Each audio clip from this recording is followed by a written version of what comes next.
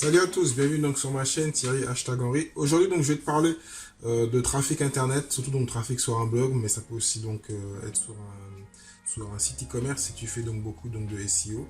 Parce que donc, dernièrement j'ai eu une baisse de trafic sur une petite période de 2-3 mois. Là je suis en train de remonter parce que j'ai écouté donc quelques personnes qui m'avaient donné ces conseils là il y a quelques temps.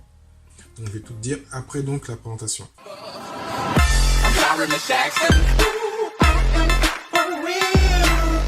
Donc, qu'est-ce qui m'est arrivé réellement? Bon, ceux qui me suivent savent que moi, en fin de compte, je bloguais donc depuis presque 1 an ou 2 ans. Donc, ça fait 3 ans que je suis sur le business en ligne.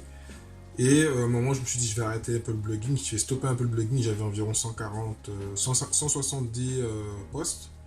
Une vingtaine qui rankaient bien, on va dire, qui m'emmenaient la règle des 20-80, hein, 80% du trafic. D'autres qui étaient tout simplement nuls, hein, qui ramenaient rien, ça arrive.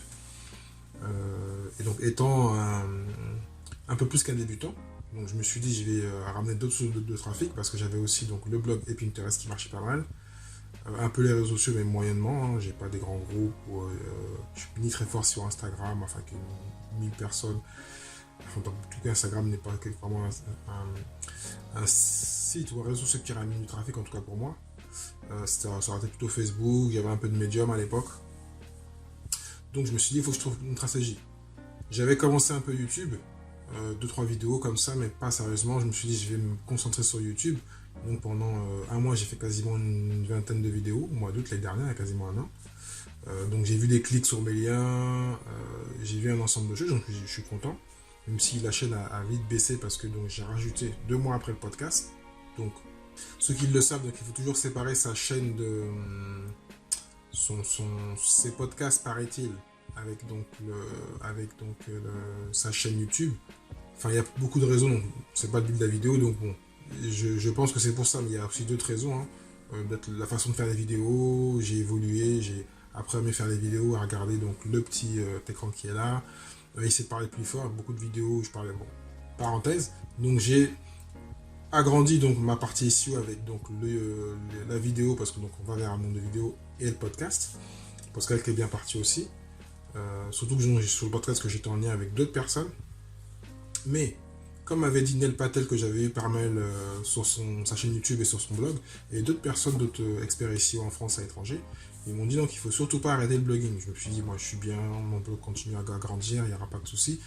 Étant donné que je vais donc mettre les vidéos sur mon blog et le podcast que j'ai retranscrit, je vais continuer à avoir du contenu écrit. Eh ben non, ça l'a pas fait. Surtout que les articles qui rankaient sont ceux que j'avais fait en 2017. Et j'ai pas mis à jour. J'ai pas fait de mise à jour, j'ai vraiment quasiment rien changé. Et bien sûr, comme les SEO est un peu en retard, en plus il y a eu donc l'update de Google donc dernièrement. Logiquement au mois de juin, en février, c'est un truc, mais bon, moi je suis pas trop, je suis pas un expert SEO, donc j'ai fait un peu des SEO de référencement parce que je suis blogueur. Mais je suis pas un expert, donc je suis un petit peu. Mais j'avais un peu stoppé ça, parce que j'étais un peu parti sur le trafic payant. Je me suis concentré sur le podcast et sur YouTube, parce qu'il m'a retiré un peu du blog. Je m'en occupais pour juste mettre les podcasts et YouTube, et je faisais peut-être un article par mois, c'est pas plus. C'est pas moins plutôt. Et donc là, voyant donc le trafic chuter et des posts où j'étais vraiment quasiment classé numéro 1 ou en première page, je me suis dit c'est pas possible. Et donc j'ai été voir en fin de compte, comme j'ai écouté une semaine Nel Patel disait et d'autres me disaient, il faut donc aller voir ce que faisaient les concurrents. J'ai été regarder en fin de compte les mots-clés, donc bien sûr sur SEMrush j'ai vu que j'ai eu une perte de mots-clés, donc je me suis dit ça c'est pas bien.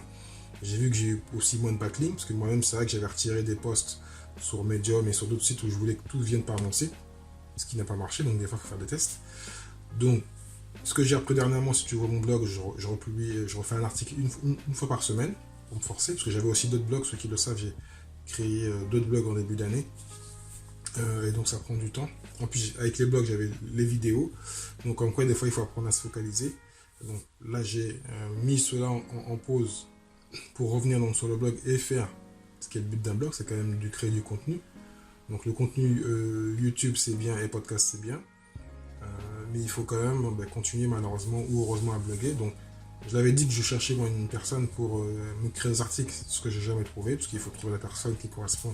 Donc ceux qui sont à Madagascar ou dans des pays assez lointains, ils peuvent donc écrire des articles. Je suis preneur, donc n'hésitez pas à m'envoyer un mail sur le mail que je vais vous mettre là. je serais vraiment très intéressé.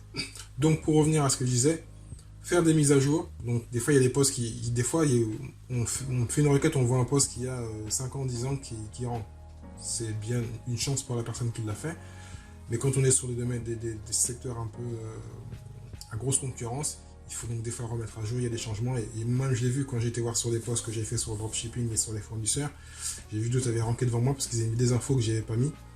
Il y a eu des nouveaux acteurs sur le marché, donc il faut donc mettre le poste à jour. J'ai même vu que certains ont pris certains éléments à moi, les ont mis dans leur poste. Enfin voilà. Donc bon, ils ont masqué, mais j'ai compris que ça venait de mon poste. Parce que j'avais vu avant, il n'y avait personne n'avait écrit sur le sujet. Donc moi j'ai fait la même chose, j'ai amélioré, j'ai pris des infos un peu partout et j'ai ajouté donc les éléments à mon poste. Ça m'a rajouté 1000 mots sur un autre poste. Et puis d'autres posts pareil, j'ai soit mettre des vidéos, des liens de vidéos, un paragraphe de plus, donc voilà. Et ce qui va permettre en fin de compte, je ne vais pas le voir tout de suite, mais donc de relancer la machine et donc de dire à Google que non, le blog n'est pas mort et je suis vraiment présent, je remets à jour mes posts. Donc si toi tu commences ou tu as fait comme moi, tu as oublié ton blog, tu te dis que tu vas faire du lifestyle et que tu vas changer de stratégie, donc je te conseille de revenir au blogging, de refaire tes articles. Et grâce à la technique que j'ai fait pour le podcast et pour YouTube, j'ai amélioré ce qu'on appelle le bashing. Parce qu'avant, je faisais des fois des posts, j'en faisais 3 fois par semaine, mais des fois, je les faisais au jour même. Donc, ce qui n'est pas terrible. Quelquefois, j'avais de l'avance. Et là, je me suis dit, pour le blog, je vais m'avancer de 2-3 mois. Donc, je vais faire des articles une fois par semaine, mais je vais prendre le temps de même les programmer, même s'ils ne sont pas faits, pas finis. Ça me met le stress, ça me permet donc de les finir et d'avoir... là, par exemple, je suis au poste donc, du mois d'août.